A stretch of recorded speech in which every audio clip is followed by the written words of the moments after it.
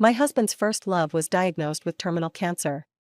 To pay for her treatment, he secretly transferred all our savings to her.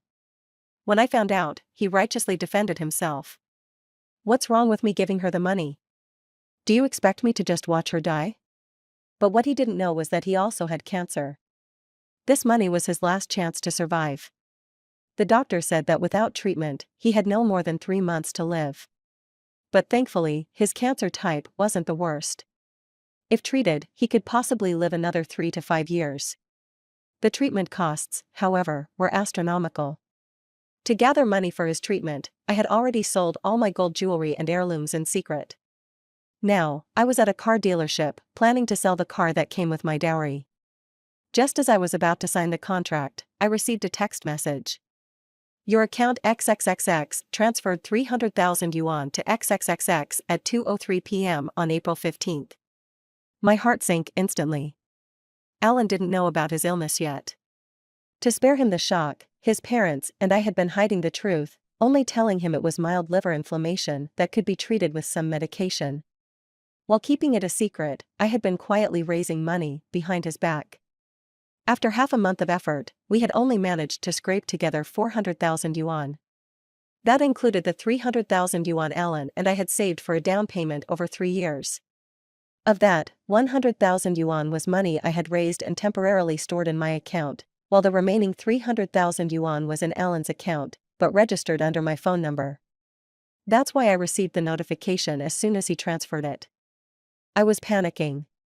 This money was Alan's lifeline. Now, Alan had transferred the entire 300,000 yuan without even discussing it with me.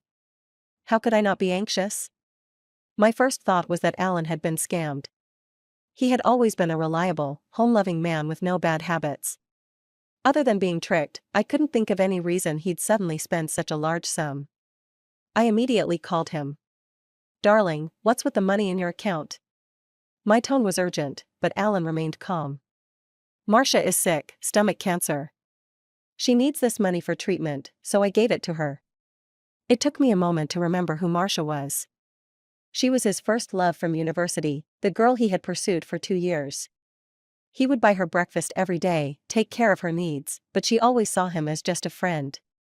She accepted his gifts, but never returned his feelings. Thinking back now, Marcia certainly knew how to get her way. When Alan and I first met, he had mentioned this past relationship in passing, jokingly calling himself a hopeless simp with a nonchalant laugh. I thought he had moved on, which is why I agreed to date him. But now, after all these years, it turned out his first love was still his first love. Whenever she needed something, he'd still give her everything without hesitation. In that moment, I felt a mix of resentment and anger, the kind of anger that comes from having your sincerity trampled on. I clenched my fists and forced myself to stay calm. Alan, that's all our savings. Half of it is my money. Did you even consider me when you transferred it all to her without my consent? Alan, unfazed, chuckled. Come on, I was just about to tell you when you called. I wasn't ignoring you, babe. Besides, I told Marcia the money was from you, and she said she'd make sure to thank you properly. Oh, she better thank me. After all, a simple thank you just earned her 300,000 yuan. What a great deal for her. But I should thank her, too. This 300,000 yuan, compared to the exorbitant costs of Alan's future treatments and the years of tireless care I'd have to provide, is nothing. Thanks to her, I realized Alan's true nature before I completely ruined myself trying to save him. I smiled and said, "You're right. I shouldn't argue with someone who's practically at death's door." Alan's tone softened immediately. I'm glad you understand. It's okay, I won't hold it against you. I suppressed my disdain and kept my expression neutral. Feigning empathy, I said. But Alan, Marcia is terminally ill, and she has no one to care for her. Just transferring money isn't enough, someone should take care of her, too. Before I could finish, Alan excitedly interrupted me. You're amazing, Caroline. You're absolutely right. How about this, let's bring Marcia home. You can quit your job to take care of her for a while. That way, we won't have to hire someone, and the money saved can be used to buy her more supplements. What the? How could he shamelessly say something like that? I laughed in exasperation. Alan, has a donkey kicked you in the head?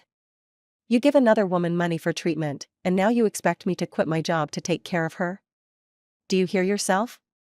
What I meant was, I'll divorce you so you can have the space to care for her yourself. That way, I won't be around to ruin your lovey-dovey moments. Hearing this, Alan got angry. You're divorcing me over such a trivial matter? Trivial? He secretly gave away the down payment we'd saved for years, and it's trivial? Ridiculous. I sternly repeated myself. I'm serious. The moment you transferred all our savings to your ex without consulting me, our marriage effectively ended. Before I could finish, Alan hurriedly cut me off. Caroline, I only pity Marcia. Don't misunderstand. You're the one I truly love. I'll never divorce you. Love? Wherever the money goes, so does the love.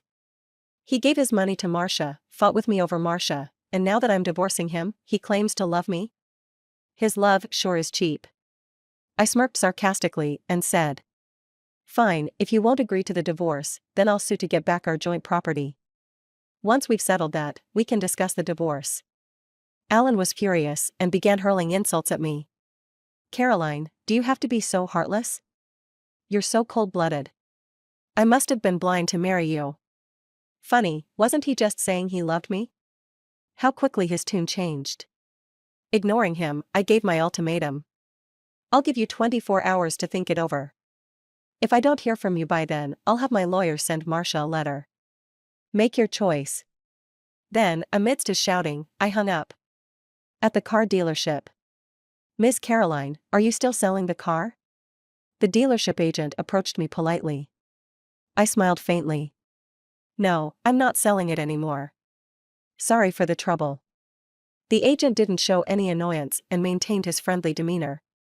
Not at all. It's a valuable car, so you're right to reconsider. If you ever decide to sell it, feel free to contact me. I nodded. Thank you. Compared to Alan's audacity in secretly taking our joint savings and insulting me when confronted, the agent's professionalism was a breath of fresh air. He'll likely earn more clients in the future, while Alan's life seems doomed to stagnation. He's burying his own future with his own hands. After leaving the dealership, I went straight to a nearby jewelry store. There, I bought a gold piece similar to the one I had sold earlier, matching in design and weight. Although gold prices were much higher now, and I winced a little at the cost, I still bought it. I didn't want my original assets to turn into joint property, leaving Alan with a claim on them during the divorce. I had to protect my own financial security. After all, if I didn't spend the money, Alan would find a way to let other women spend it for me. Why save it for him? After buying the gold, I strolled around the mall, treating myself to new clothes, good food, and some fun. Ever since Alan's diagnosis, I had stopped spending on myself, focusing entirely on finding money and the best treatment options for him. Now, it was time to start loving myself again. When I was sitting in a dessert shop enjoying my sweets, my phone rang. It was Alan's mother, my mother-in-law, Regina, calling. The moment I answered, she began speaking in an impatient tone. Caroline, have you sold your car yet? Did you manage to gather enough money for my son's medical expenses? Her tone was anything but polite, as though she believed it was my duty to sell my car and scrape together money for her son's treatment. What a self-centered woman. In the past, I put up with her attitude because Alan and I still had a loving relationship, and I wanted to maintain peace for his sake. But now that we're heading for a divorce, why should I indulge her anymore? I replied coldly, No, I haven't sold it, and I don't have the money. You'll have to figure something else out. Regina immediately became agitated. What do you mean you haven't sold it? The hospital is still waiting for payment. How can you just say no? What's Alan supposed to do? What about us? Not my problem. I chuckled and replied, Don't you still have a house? Selling it should get you over $1 million. That's more than enough to cover Alan's treatment. My car, on the other hand, won't fetch much. If they want to save their son, they can sell their house. Why should I, the daughter-in-law, be guilt-tripped into selling my pre-marriage property? My words left Regina speechless for a moment. She couldn't muster a single rebuttal. Eventually, she burst out in anger. My son is gravely ill, and you want us to sell our only house to save him? If Alan doesn't make it, how are we, two elderly people, supposed to live?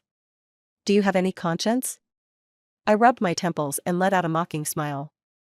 So, you're afraid of being left with nothing, and instead, you expect me to drain my finances to save your son? That's pretty shameless of you, don't you think? As Regina stumbled for words, my father-in-law took over the call. He and Regina always worked as a team, she played the bad cop, and he played the good cop.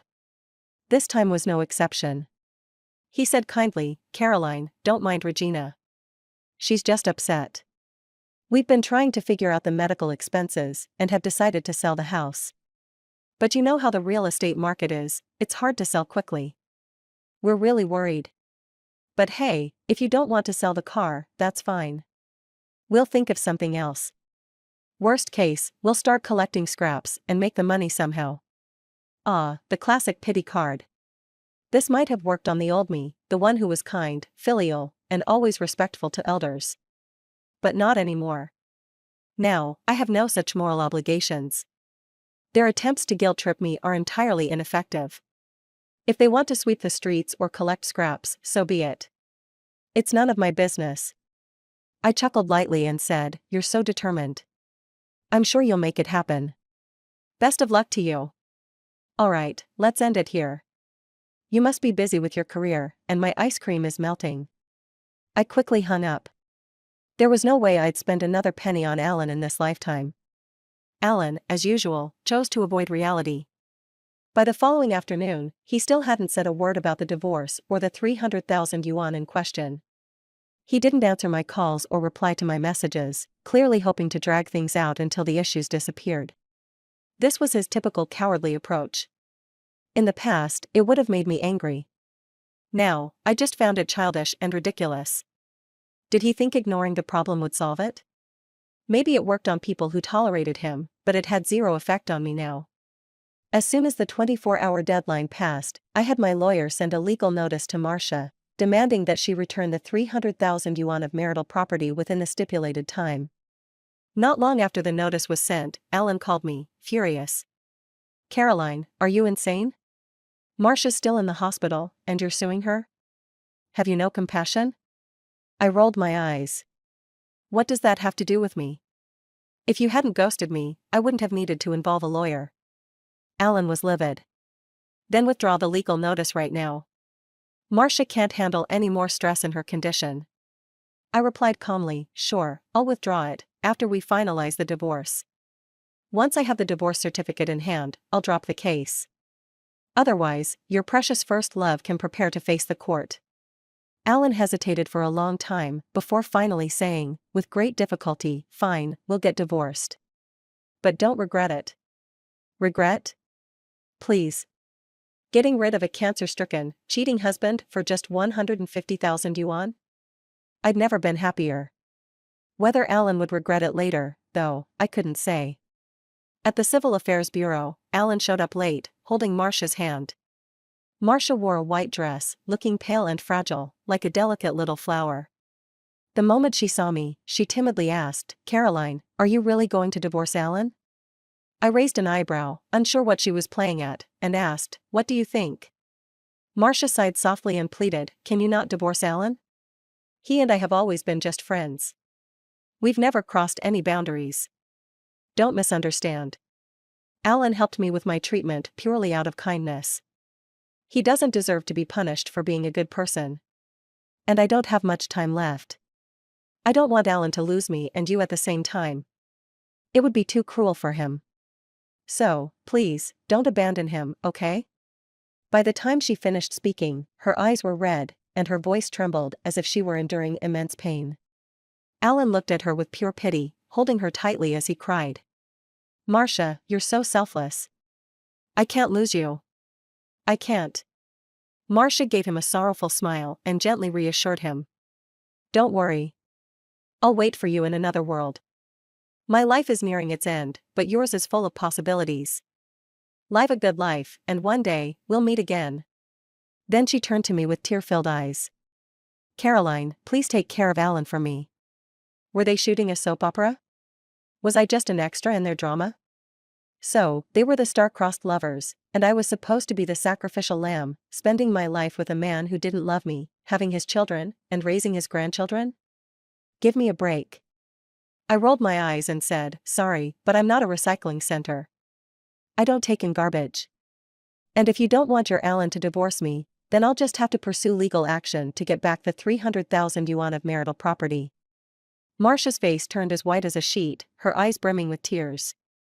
Alan, naturally, was heartbroken. He shielded Marcia and glared at me viciously. Caroline, you're heartless. Marcia is trying to help you, and this is how you treat her? Do you even have a conscience? Fine, you want a divorce? Let's do it right now. The divorce process went smoothly. Alan and I had no joint assets, as he'd already transferred all our savings to Marcia. But I didn't care about the money, I just wanted the divorce finalized. Outside the Civil Affairs Bureau, Alan gazed at Marcia with deep affection. Marcia, once the divorce certificate is in hand, I'll marry you and make up for everything we missed out on. Don't worry, I'll take good care of you. Marcia's face was filled with emotion. Alan, you're so good to me, she said, then shot me a smug glance, as if staking her claim. But when she met Alan's gaze, her demeanor instantly changed to one of startled gratitude. The speed of her transformation was so quick that I almost doubted whether her earlier provocation was just my imagination. I raised an eyebrow and smirked. Marry her? Huh, do you think your parents would ever let you bring a cancer patient into their home? The moment you walk her through the door, your mother would tear her apart. Marcia was terrified and looked to Alan for help. Alan's expression turned serious. He knew his mother better than anyone and was well aware that she would never allow him to marry a terminally ill woman or spend all their savings on her treatment. After all, back when I was diagnosed with a small ovarian cyst, his mother was already worried I would drag him down and kept pressuring him to divorce me. It wasn't until months later, when the cyst was gone, that she finally settled down. And now, Marcia's illness was cancer. I could already imagine the chaos that would ensue if Alan brought Marcia home. It would be a spectacle, for sure. Alan mulled over it for a while, then his eyes lit up. He turned to me, pleading. Caroline, can we keep our divorce and Marcia's illness a secret from my parents for now? At least until after Marcia and I are officially married? I chuckled inwardly, but feigned confusion on the surface. Why? Alan explained, if I suddenly tell my parents that I'm divorcing you to marry Marcia, they'll never accept it. It's better if we keep our divorce quiet for now and let Marcia warm up to them as a friend. Once they start to like her, it'll make things easier. After Marcia and I get married in a month, they'll have no choice but to accept it. Please, just do me this one last favor. I pretended to hesitate, furrowing my brow before finally nodding. All right, I'll help you keep this secret. After leaving the Civil Affairs office, I went home with Alan and Marcia. I needed to pack up my things, and Alan was bringing Marcia home to meet his parents. When Alan and I got married, his family didn't buy a new house for us. They simply renovated his old room, and we moved in. The room was tiny, barely over 10 square meters, and the neighborhood was old and run down, with no soundproofing or security. Since getting married, my biggest dream had been to own a home of our own, a place with an elevator, some greenery, and 2 or 3 bedrooms. Alan and I had saved for years, scraping together just enough for a down payment. I thought we were finally about to make our dream come true, but fate had other plans. Now, everything was gone. But it wasn't too late to start over. When I entered the house, my mother-in-law, Regina, was cleaning the entryway. The moment she saw me, her face darkened, ready to accuse me. You wretch! How dare you show your face here? What about the money? Before she could finish, I shot her a look, silently warning her to stop. That's when she noticed Alan and Marcia behind me, and immediately clamped her mouth shut. Alan, confused, asked, Money? What money? Mom, did you argue with Caroline? Regina froze, panic written all over her face. She didn't dare tell the truth, knowing her timid son wouldn't be able to handle the shock. I stepped in to defuse the situation.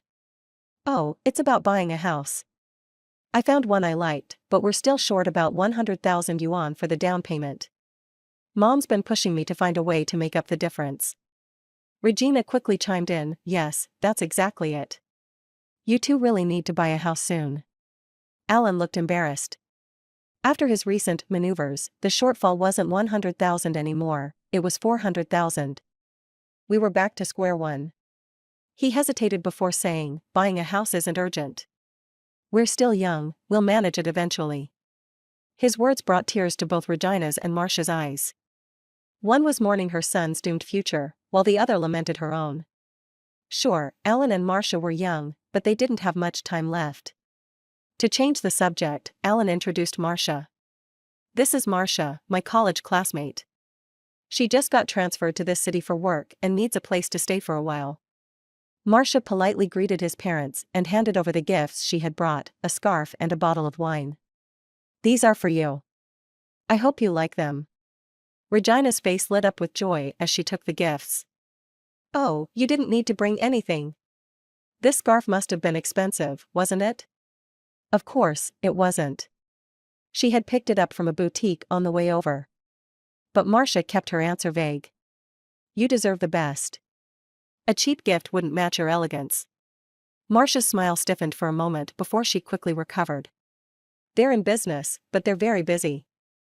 Busy indeed, always up at dawn, dodging city inspectors. To win over Alan's parents, Marcia was really laying it on thick.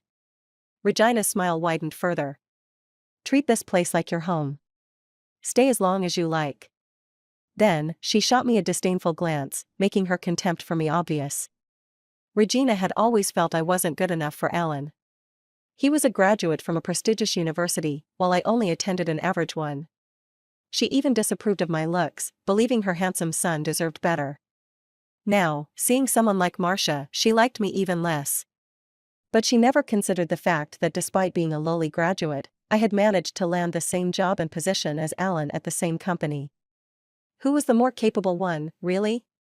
Alan's father, however, hesitated and tugged on Regina's sleeve. But we only have 2 bedrooms. Where would she sleep? Regina waved dismissively. That's easy. Marcia can share a room with me. You'll stay with our son. Problem solved. Alan's father frowned. Then what about Caroline? Regina replied indifferently, she's out all the time anyway. She can sleep on the couch, it's more convenient. She seemed to have forgotten that my recent late nights were spent trying to scrape together money for Alan's treatment. But I didn't bother arguing. My priority was to finalize the divorce. I smiled. No need for the couch. I've just signed up for a 1-month business trip. It'll help me earn a bit extra and give Marcia some space. Regina's face lit up. That's wonderful. Marcia, I'll make you some soup tonight. I had no interest in watching their little family bonding session. Turning away, I went to pack my belongings. I carefully packed anything of value into my suitcase. If it was mine, I wasn't leaving it behind for them. I was halfway through packing when Regina walked in. Her eyes kept darting toward my suitcase, as if terrified I might take something of hers, which made me feel uncomfortable. I ignored her and continued packing. After a while, she couldn't hold back any longer and finally spoke. Caroline, ever since you called me that day and yelled at me, I haven't slept well for 3 nights. My chest still hurts. I replied, so what? Regina pursed her lips, clearly displeased, but she still tried to appear calm. You said such things to me, yet I didn't go running to Alan to complain. I wanted to give you a chance to make amends. I've discussed it with your dad. You don't have to sell your car. You can keep it, it'll come in handy when taking Alan to the hospital. Just ask your parents to lend us 100,000 yuan, and we'll let the matter of our previous quarrel slide. I refused her without even looking up. Not a chance. Sponging off me was bad enough, but now she wanted to sponge off my parents too? Where did she get the nerve? Upon my refusal, Regina's expression darkened. You think I'm interested in your measly money? Let me tell you something, don't think so highly of yourself. Alan doesn't need you. Can't you see? Girls like Marcia, who are prettier, more educated, and come from better families than you, are throwing themselves at my son. Who do you think you are? I chuckled. Regina, don't forget, your son has cancer. Marcia only likes him because she doesn't know about his condition. What do you think will happen when she finds out? Do you think she'll run faster than I did? Hearing this, Regina's calm demeanor shattered. Her eyes flashed with fury. If you dare tell her, I'll make you regret it. Seeing my indifference, Regina eventually caved. Fine, let's compromise. You keep Alan's illness a secret, and we won't ask you for money. Let's settle for a peaceful divorce. From now on, his illness has nothing to do with you. She really never misses a chance to strike a deal. After our previous exchanges, she must have realized I wouldn't give Alan another cent conveniently. She had found a new, wealthy target in Marcia, so she was eager to get rid of me and move on to her next victim. Calling it a compromise was laughable, she was the only one gaining anything. I replied, absolutely not.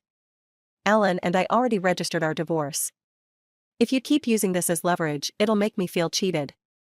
As I spoke, I took out the signed divorce agreement, complete with both Alan's and my signatures. Seeing the agreement, Regina's face first lit up, then quickly turned stormy. Then what do you want? I smiled. Simple. You post on Facebook and say that my divorce from Alan was because he cheated, and I bear no fault. This way, when the truth comes out, you won't be able to pin anything on me. Regina glared at me with fury, clearly unwilling. But that would make my son look like a cheater.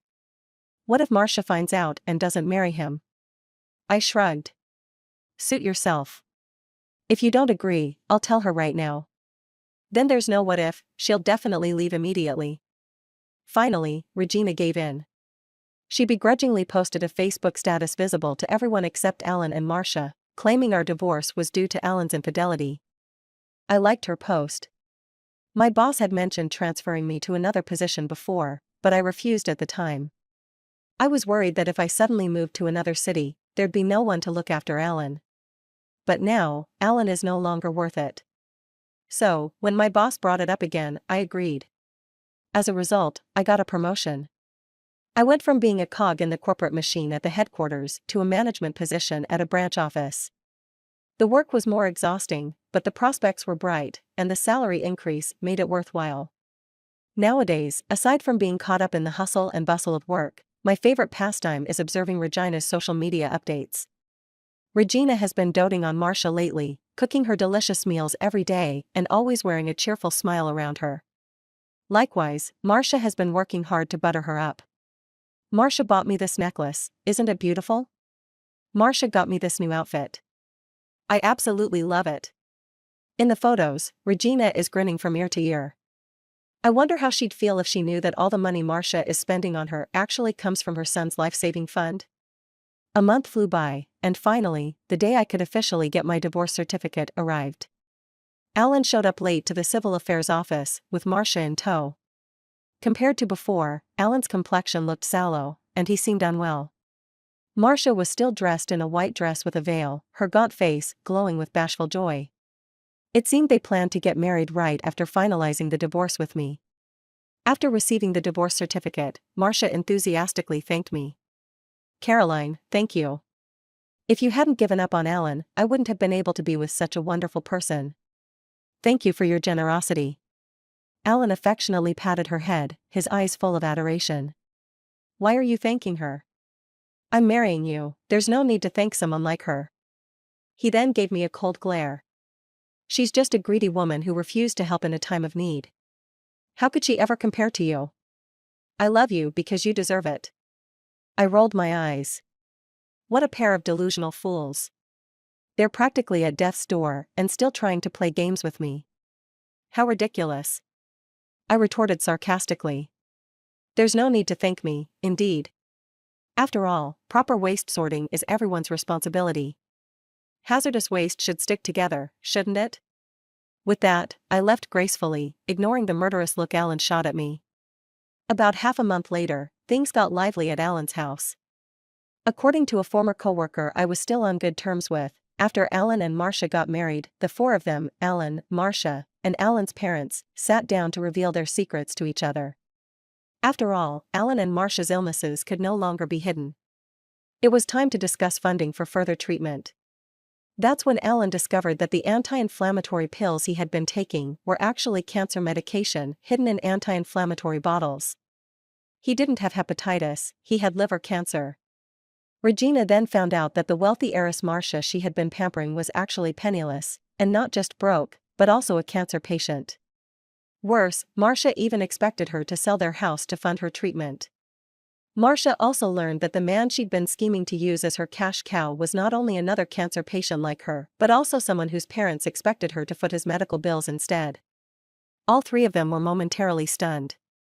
When they snapped out of it, Marcia exploded in rage. "You people are outrageous. You knew Alan was sick, and you still tricked me into marrying him? This is fraud. I don't care, you owe me compensation for emotional distress and must cover all my future expenses."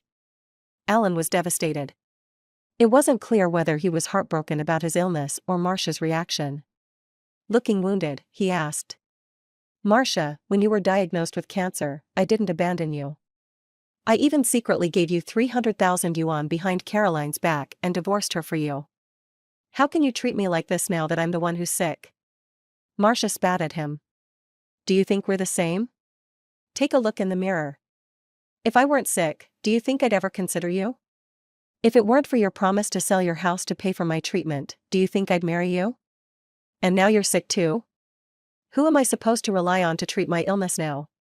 That's when Regina snapped out of her shock. So, her son not only gave Marcia the 300,000 yuan that was supposed to be a down payment on a house, but also promised to sell their home after marriage to pay for Marcia's treatment? She was furious. Her eyes reddened as she confronted Marcia. "That 300,000 was my son's life-saving money. Give it back to us now." Marcia let out a mocking laugh. "Life-saving money? Let him die, then. A useless coward like him is just wasting air by being alive." At that moment, Alan's usually silent father stood up in rage.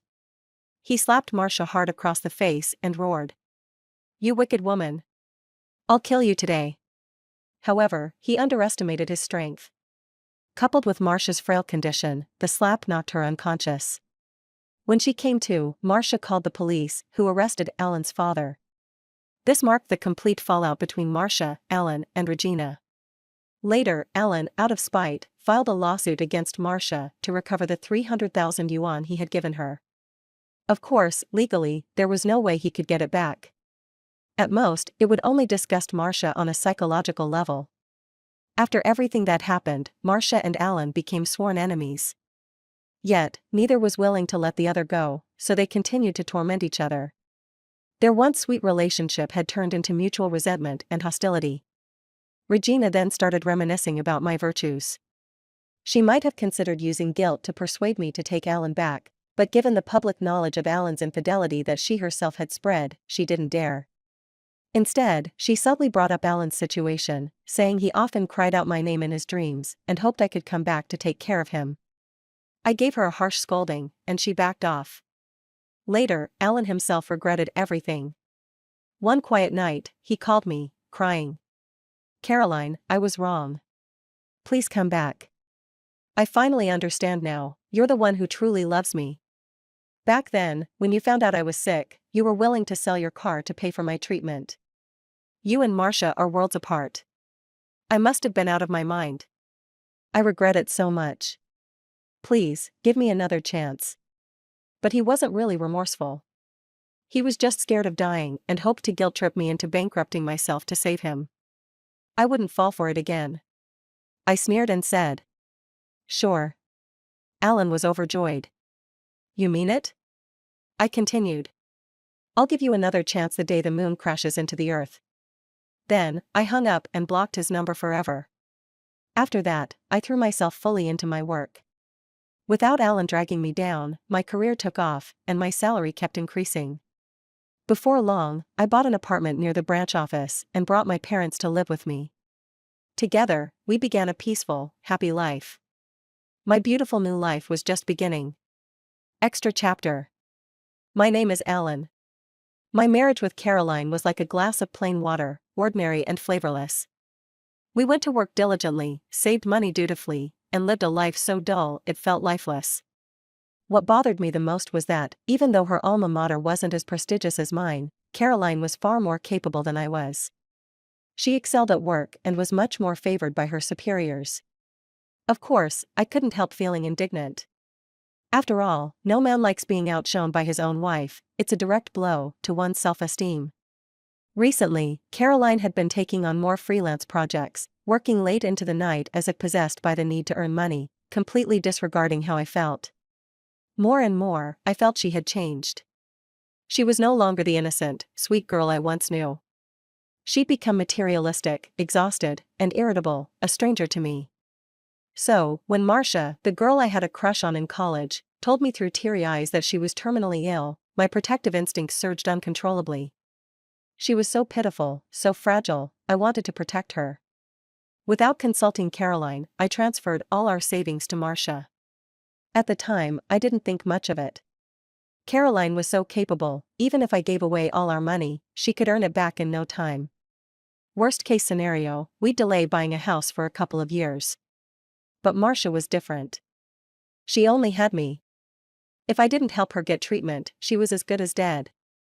What I didn't expect was for Caroline, who was usually so mild-tempered, to explode. She actually wanted to divorce me over this. I was speechless. It was only 300,000 yuan. We could save that amount in 2 years. Why make such a fuss? Spending 300,000 yuan to save a life, isn't that worth it? But the more I thought about it, the more I understood. Caroline was upset because the person I helped was Marcia. Her anger boiled down to a woman's jealousy. If it were just complaints, I could have tolerated it. What truly enraged me was her threat to get the money back from Marcia if I didn't agree to the divorce. How could she? Marcia was already so ill, yet Caroline still sent her a lawyer's letter. How heartless could she be? I thought Caroline was just venting, but she really went through with it. She sent Marcia a formal legal notice, demanding the return of the money. In contrast, Marcia was so much more understanding. When she received the lawyer's letter, she didn't get angry.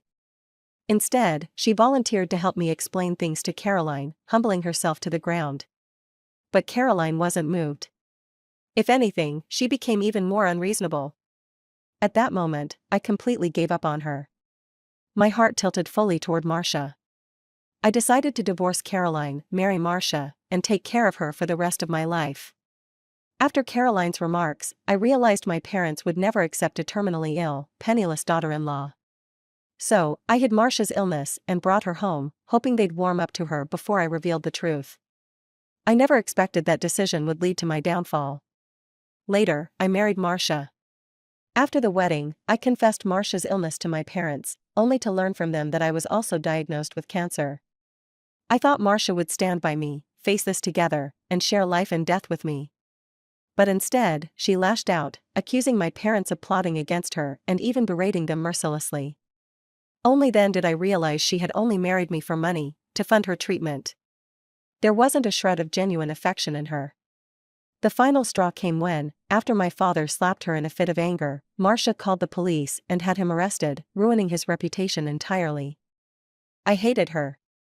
It wasn't until then that I finally appreciated Caroline's goodness.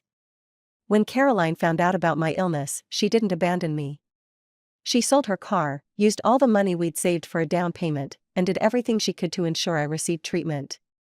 Compared to Marcia, the difference was night and day. I regretted everything. I finally understood how much I had lost because of my stubbornness and short-sightedness. But the world doesn't offer second chances.